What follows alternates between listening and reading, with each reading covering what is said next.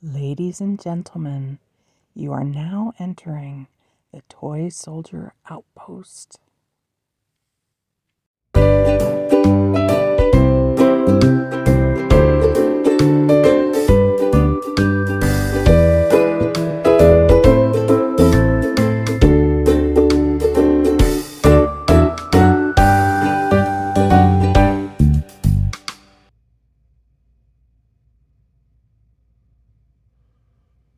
Welcome back to another exciting episode of Friday's Faygos and Figures. And tonight's soda will be Faygo Grape. Now this is one of my favorite fruit flavors that they distribute. And it's even better out of the glass bottle. So I'm going to take a drink now because I sure am thirsty today.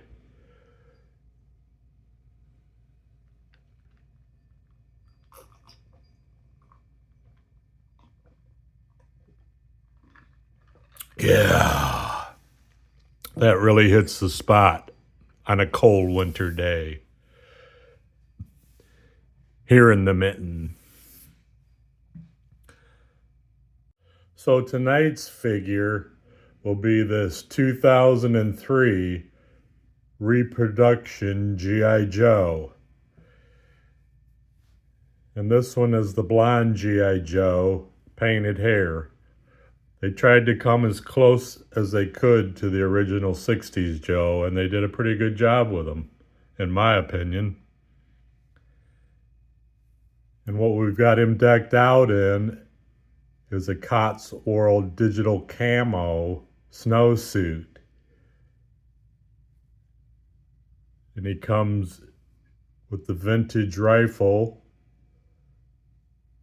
and the Cotswold white dog tag and boots. Quite appropriate for a March winter's day.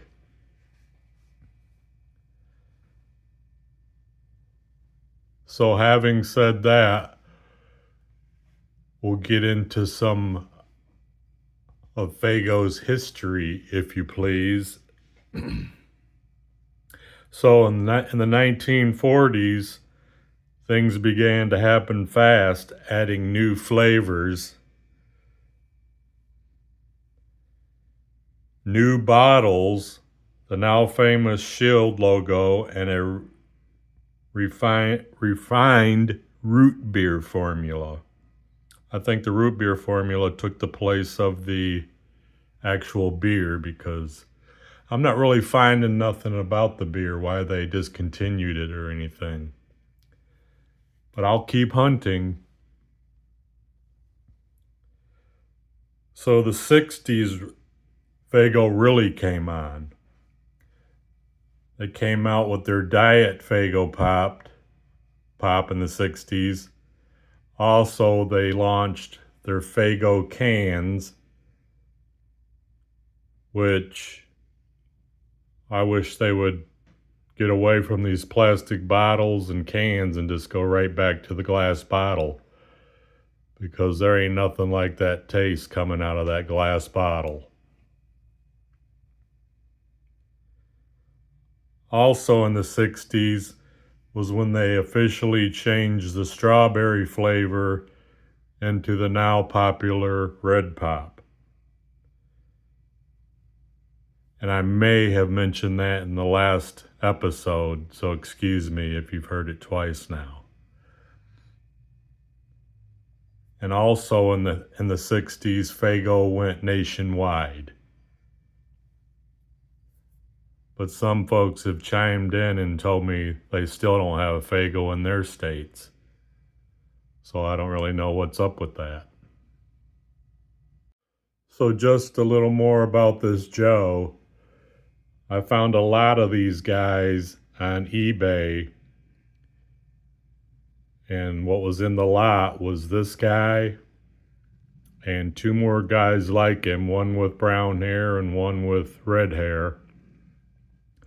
And then there was an African American Joe.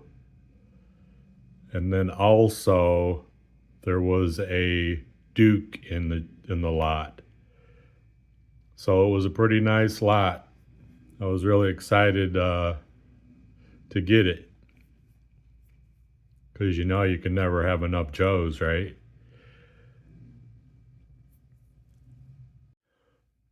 So just a little funny story about the Fago Corporation and the time I tried to get a job with them.